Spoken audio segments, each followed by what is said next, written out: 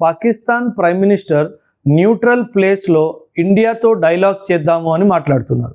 దీనికి మనం ఖచ్చితంగా ఒప్పుకోవడానికి వీల్లేదు.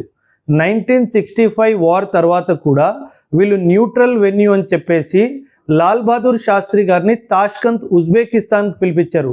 అక్కడ అక్రమంగా లాల్ బహదూర్ శాస్త్రిని చంపేశారు. ఇది ఒక రిపోర్ట్, నేను నా పర్సనల్ అభిప్రాయం చెప్పట్లేదు.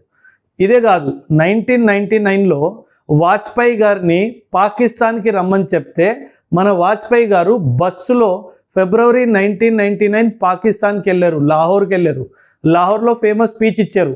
కానీ వీళ్ళు తిరిగి ఏమి ఇచ్చారు మనకి? మే 99లో వీళ్ళు కార్గిల్ యుద్ధం చేశారు.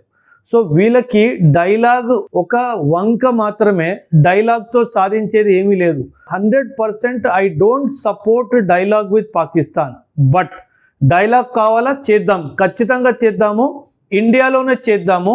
మనం అనుకున్న ప్లేస్కి మీరు రావాలి, వస్తేనే డైలాగ్. అండ్ ఈ డైలాగ్ కూడా ఎప్పుడంటే, హాఫీజ్ సయీద్ని మీరు ఇండియాకి అప్పగిస్తే డైలాగ్కి వస్తాను, మసూద్ అజర్ని ఇండియాకి అప్పగిస్తే డైలాగ్కి వస్తాను.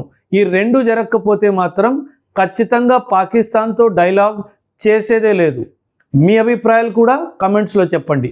థ్యాంక్ యూ అండ్ జై హింద్.